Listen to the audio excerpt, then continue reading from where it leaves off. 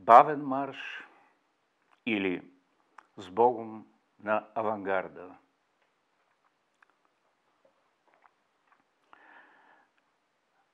Защо вървим така тържествено изправени? Защо мълчим? Защото носим на своите отмалели ramена невидимия саркофаг на всичко минало. Невидим саркофаг, но как тежи победата, когато става вчерашна.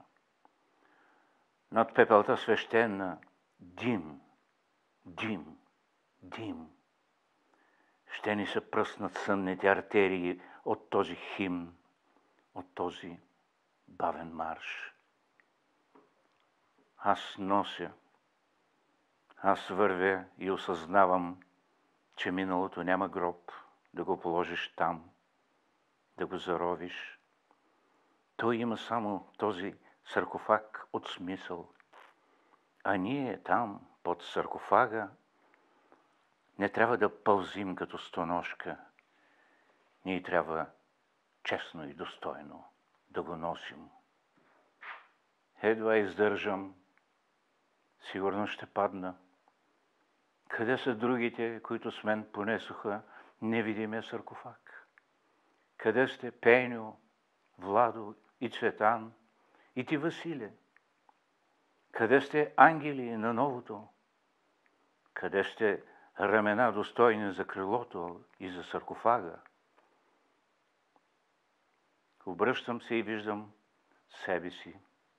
Лежа в кристала на небитието.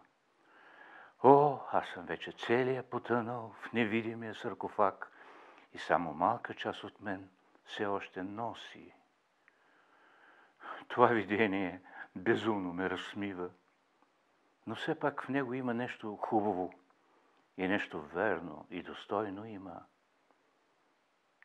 И продължавам аз, каквото съм останал.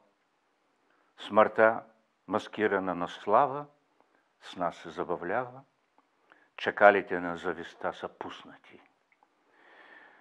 Но ние вървим тържествено изправени, но ние мълчим.